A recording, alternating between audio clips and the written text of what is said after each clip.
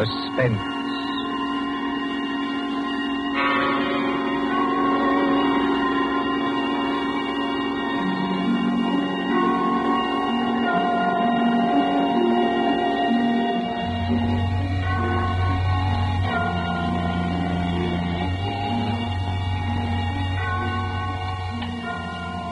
Now let's see. Suspect, suspectant, suspend. Here we are. Suspense. The condition of mental uncertainty, usually accompanied by apprehension or anxiety. Fear of something which is about to occur as, do not keep me any longer in suspense. For our story of suspense tonight, we invite you to enjoy The Devil in the Summerhouse by John Dixon Carr.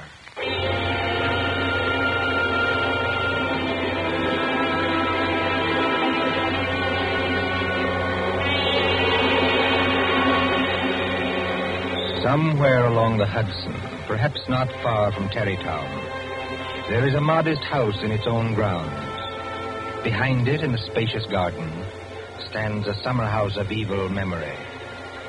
More than 25 years ago, a man shot himself, or at least died, in that summerhouse. They found Major Kenyon with a scorched bullet hole in his head and the weapon beside him. But we are in the present now.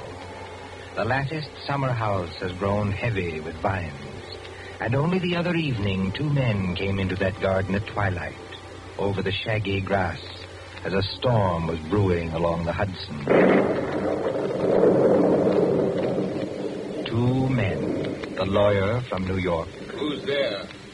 And Captain Burke of the homicide squad. Easy, my friend, easy.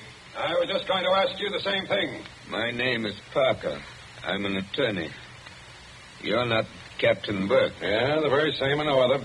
I thought I recognized you, Mr. Parker. Must be something important to bring you so far from New York at this time of night. I was in Tarrytown anyway. I thought there'd be a housekeeper here, but I don't see any light. You've got business here? Yes, in a way. Have you? I don't know. I'll tell you better after you tell me what brought you to a place that no one has lived in for 10 years. Tell me, Captain. Did you ever get an anonymous letter from a dead man? Did you? No, I can't say I did. The letter's anonymous. How do you know the man's dead? Because they're all dead. Every last one of them. Dead and under the ground, where they can't be hurt any longer. Look. There's the summer house where Jerry Kenyon used to work. There are the windows of the library and the dining room. Looking toward it. Confound this lightning. Makes the windows blaze, don't it? Jerry Kenyon hadn't a care in the world. Yet he shot himself. I'll show you the letter. Now, look, Mr. Parker, I couldn't read anything in this light. But if we can get inside the house Certainly we can get into the house. I was the family attorney. I've got the keys. Why should a dead person send me a letter?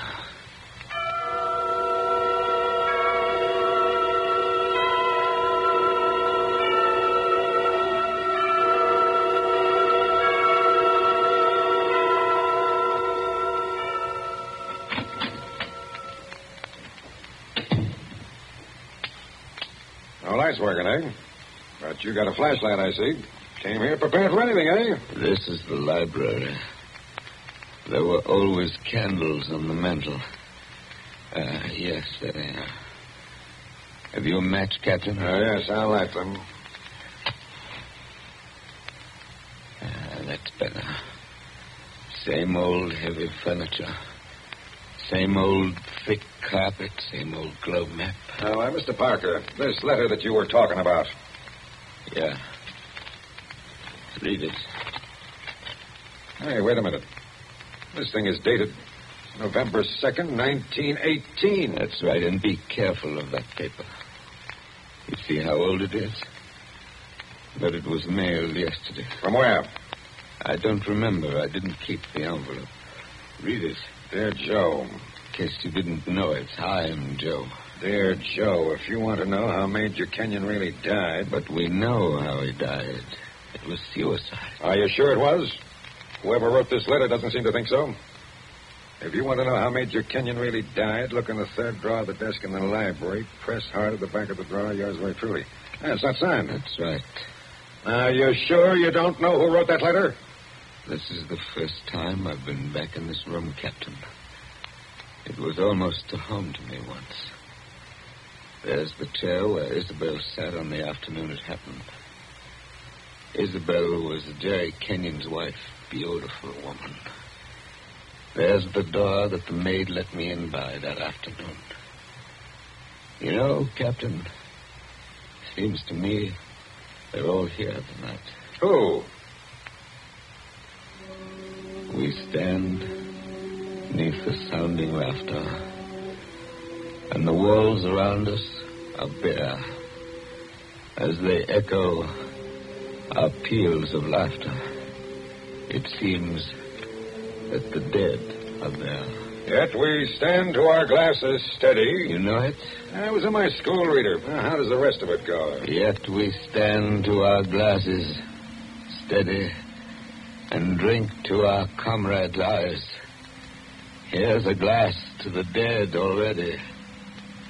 Hurrah for the next that dies. Excuse me, Captain. I don't know what's come over me talking that way. I was very fond of these people. Are you going to look in the desk drawer? This is a lot of nonsense. Then why are you here, Mr. Parker? Jerry Kenyon was always a happy man. At least that's what I always thought. Big, boisterous fellow. Yeah? He had a good position with Vitaton. You know, the phonograph company. Yeah, sure, I know. But he'd just been made a major in the Army. 1917. There was a war on then, too, if you remember. I remember. To make the world safe for democracy. Old days. Old heartaches. Old memories. I remember that blazing hot day in August when all the windows were up. I remember this room. And Isabel, that was Jerry's wife, sitting in that chair, knitting. I remember...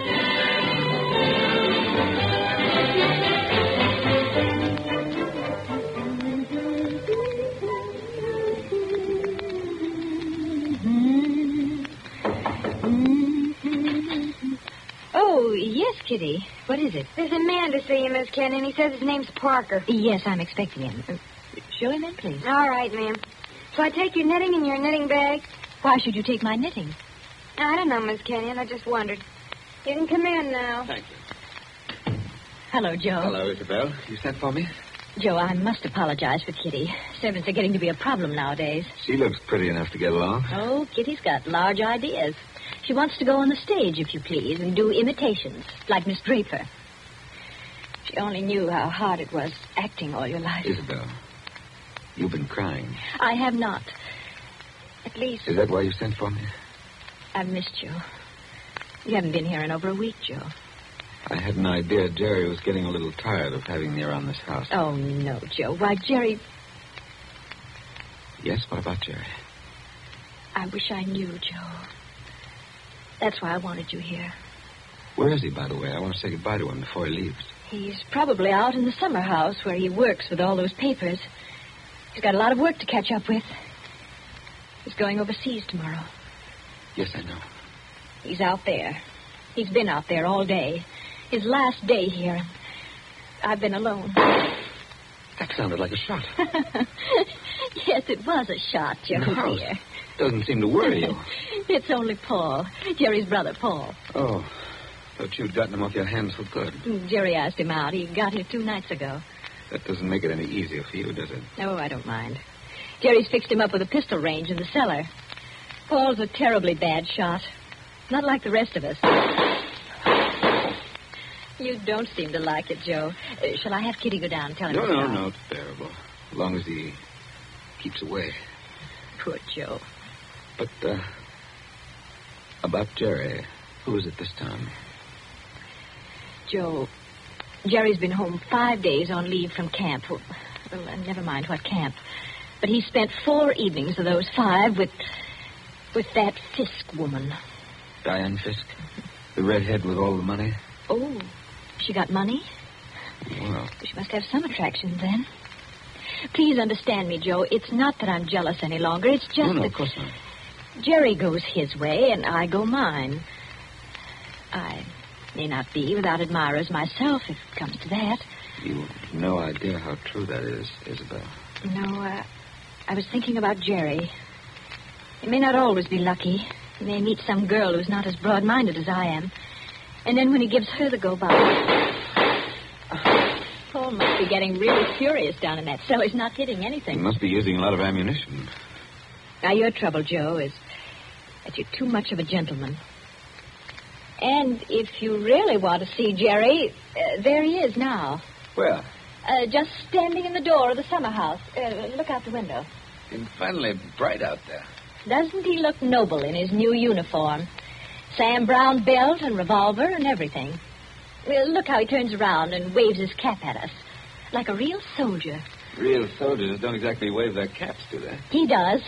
Jerry? Jerry! Hello there! Jerry, Joe Parker's here. Who? Joe Parker. He wants to see you. Well, give him a drink or something. I'll be up in a minute. Into the Summerhouse again. Not a care in the world, Now, Henry. listen, Isabel, you've got to slow down. You'll be crying again in a minute. Come on over here and sit down. Light hurts my eyes, that's all. Well, then we'll just pull these blinds. We'll still be able to see it. There, how's that? It's better, thanks. Now, can I get you anything? Oh, no, you heard the Great White Chief's orders. I'm to get you something. What do you have, Joe? A highball? Don't bother with that. Oh, it's no bother. Everything's out in the dining room here. The Iceman didn't deliver today of all days, so I'm afraid I can't give you any ice. I read in the paper yesterday that we're likely to have automatic ice boxes any day now. Things that freeze ice by electricity or something. Do you believe that, Joe? I doubt it. Listen, Isabel. Here you are. It's not cold at all. It's the best I could do. Thanks very much. What I wanted to say was, couldn't you get that brother of yours to give up practicing now? Hasn't he done his good deed for the day? Yes, maybe he has. I'll ring for Kitty. You don't have to call me, Miss Kenyon. I'm here. Oh, yes, Kitty. What is it? It's only to tell you there's another visitor. This time it's a woman. Lady Kitty. Call her a lady, please. Oh, maybe. She says her name's Diane Fisk. Diane Fisk, that's Jerry. Kitty, tell the lady I'm not in. Lady. She's a fine lady. I don't want to intrude, my dear. I don't want to intrude. Anyway, it's too late, Miss Kenyon. She's coming down the hall now. My dear Mrs. Kenyon. How do you do, Diane? This is a friend of ours, Miss Fisk, Miss Parker. Now, I don't want to intrude, really. I don't. I wouldn't have intruded for worlds, especially on a day like this. Isn't it awful? But your husband simply insisted, my dear Mrs. Kenyon. He simply wouldn't take no for an answer. I'm sure he wouldn't. Do you know what he's brought from his office as a surprise? No. A phonograph recording machine. And he's going to let us use it. So that we can all hear ourselves talk twice. How nice. Heaven's name, can't somebody stop that firing? Don't fly off the handle. Take it easy now. Kitty. Yes, ma'am. Would you please go down the cellar and tell Mr. Kenyon's brother he's driving us all crazy. Tell him to stop. Yes, ma'am. My dear Mrs. Kenyon, I do hope I haven't offended you in any way. I know I'm a silly little chatterbox. They say people who have red hair often are. Because at your age, you must find the heat very trying. Don't you think we'd all better sit down? I was very much interested in what Miss Fisk said about a phonograph recording machine. Mrs. Kenyon was just talking about a machine to make ice. Yes. Isn't science wonderful? But I do think it was neat of Major Kenyon to invite me out here and then go and fall asleep in the Summerhouse. Oh. Did you say fall asleep? Yes, of course. How did you know? Well, I came up the back way and I saw him in the Summerhouse with his head forward on the table, taking a nice little snooze. That's very queer. Of course, you couldn't see much except in the bright light of the door, but I think I saw him there. I didn't disturb him, naturally. But I think I'd better disturb him. Oh, now, please don't trouble on my account. The fact is, my dear, I don't altogether trust myself in this room.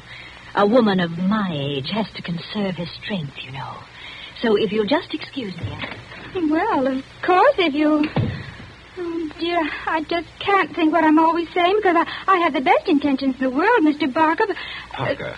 Oh, yes, Parker, but I do somehow manage to offend people being so dependent and everything. Except the men, of course. I couldn't offend you, Mr. Parker. Now, could I? Madam, I'm not sure. Well, of course, the person I really came to see was Paul, Mr. Kenyon's brother. He's a little young, of course, but he's joining up next month, and I think we should all do our bit, don't you? He has such a pleasant personality. I think he likes me. Why, if he walked in at that door this minute... Now, how am I ever going to get any place? Someone's always interrupting my revolver practice just when I'm getting to the point where I can... Oh. Why, Paul... Good Lord, are you here again? You're a very untidy object, Paul. It's pretty untidy in this cellar. And dirty. I've got cockroaches on me, so keep away. Did you have a good day's shooting? Swell. One of the best. Hit the target? On the only shot that mattered, I hit the target dead center. That sounded like Isabel. I think it was Isabel. Why have you got those blinds down? Get them up. What is it? What's wrong with you? What are you looking at through that window?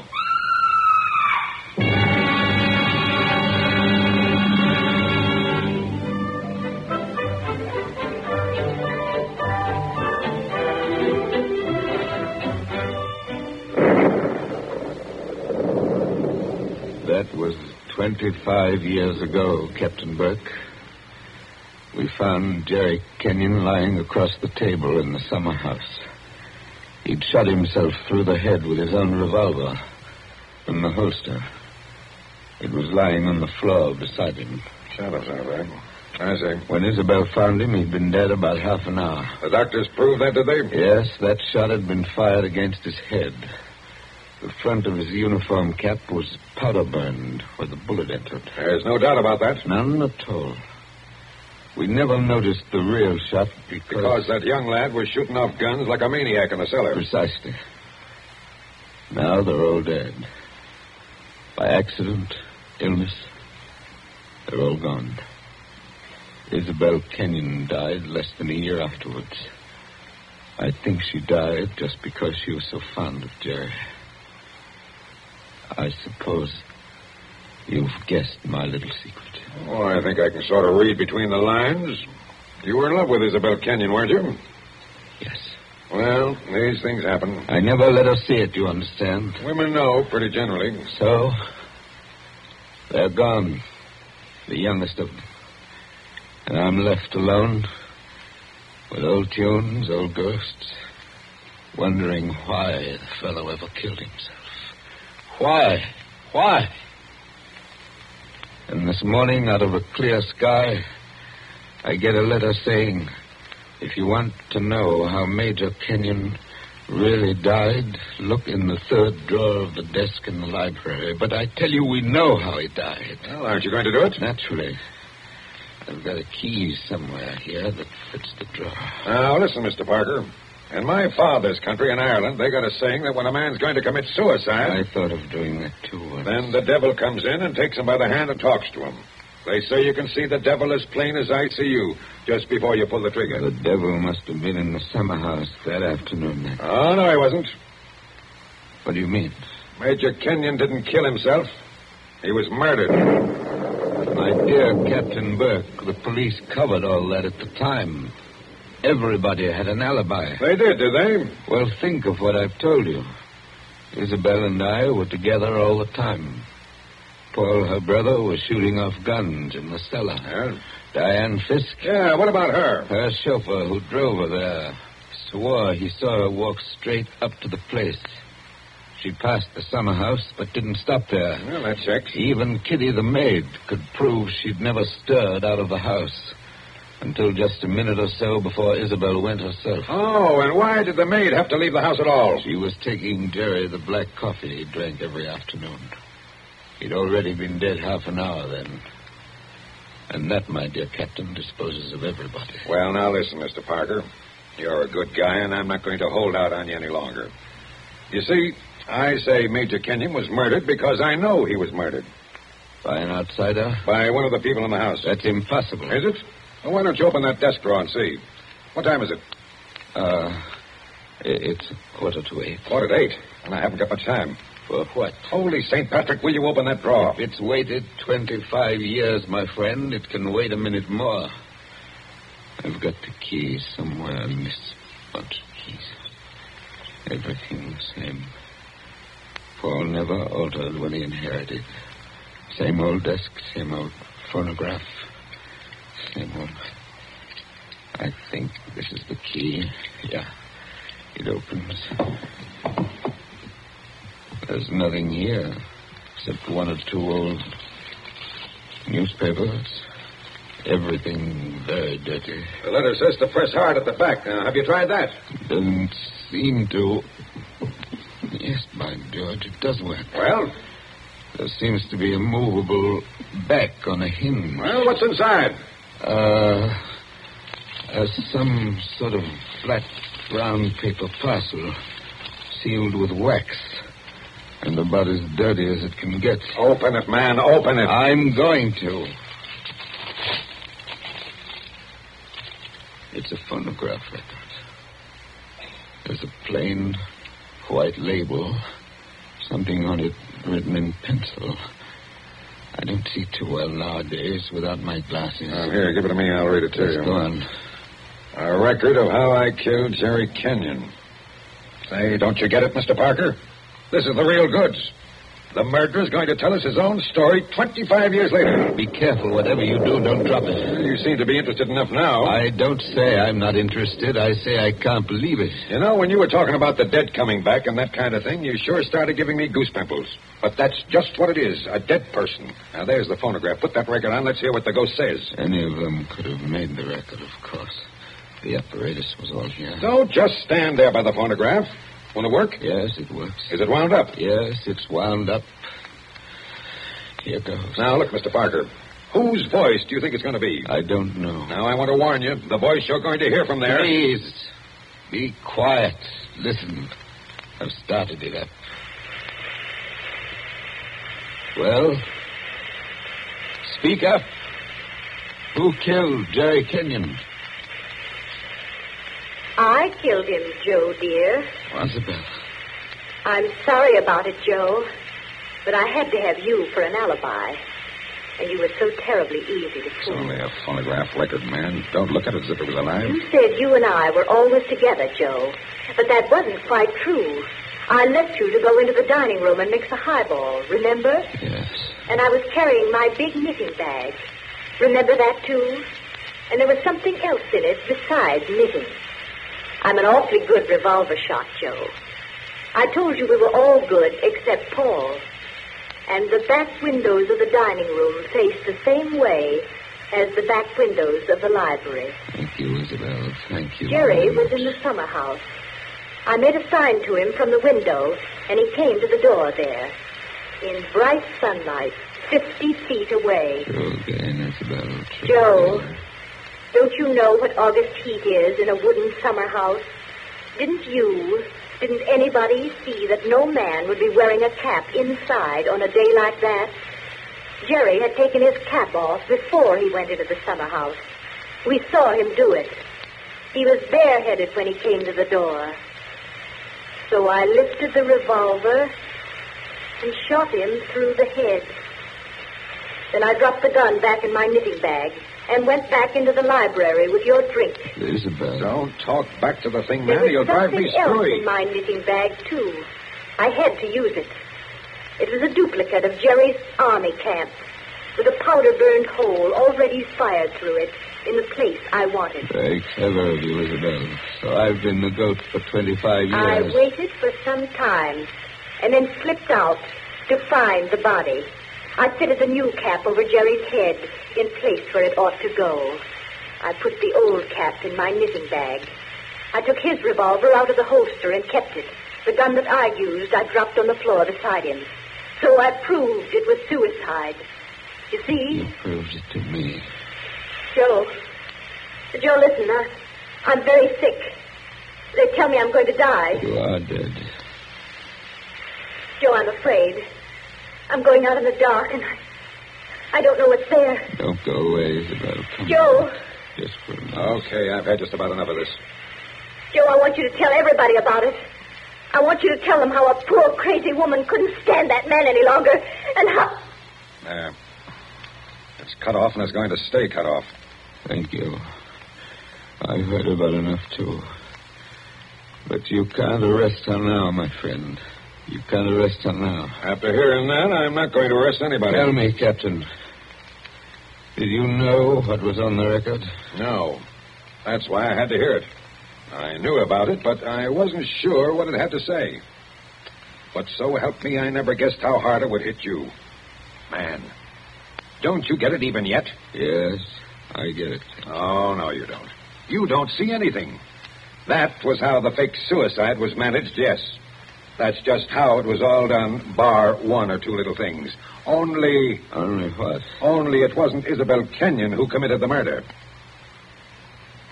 Did I hear you correctly? You did? This is another one of your little jokes, I imagine. Can't you let me alone? Have you some kind of personal spite against me? What did I have to do? You're going to hear the real truth now if I have to hold you down in that chair. I know Mrs. Kenyon didn't kill her husband because I've just come from talking to the real murderer up the river. But they're all dead. Oh, no, they're not. And I haven't got much time either. That clock's just going to strike 8. What's the time got to do with it? Good deal if you'll follow me. Mrs. Kenyon died less than a year after her husband, didn't she? Yes. But it wasn't Mrs. Kenyon's voice you just heard on that record. What? I'm telling you, the real murderer hated her. Hated her like poison and wanted her blamed for the crime. When Mrs. Kenyon died, the real murderer wrote a letter. Well? But she never mailed that letter.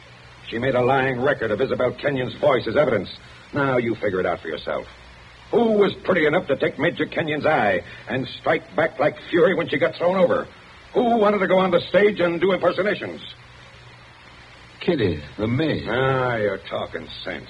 She shot Jerry from the dining room window. When she couldn't borrow Mrs. Kenyon's knitting bag, she went out to the Summerhouse with a gun and the fake cap wrapped in a napkin on a coffee tray. She did go out, I remember. Actually, she got there before Mrs. Kenyon did. But the Summerhouse was dark inside, and Mrs. Kenyon never noticed her. The next day, Kitty wrote that letter, but she couldn't bring herself to send it. So she kept that letter till the day before yesterday. Then one of the boys at Sing Sing... Wait a minute. Thinking he was doing her a kind action, put a stamp on it and mailed it. Did you say Sing Sing? Yes.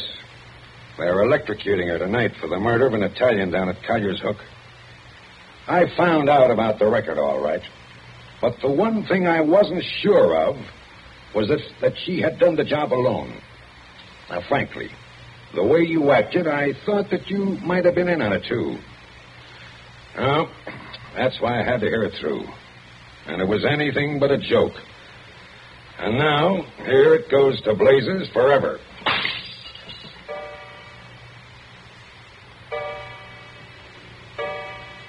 Eight o'clock. Now she's dead.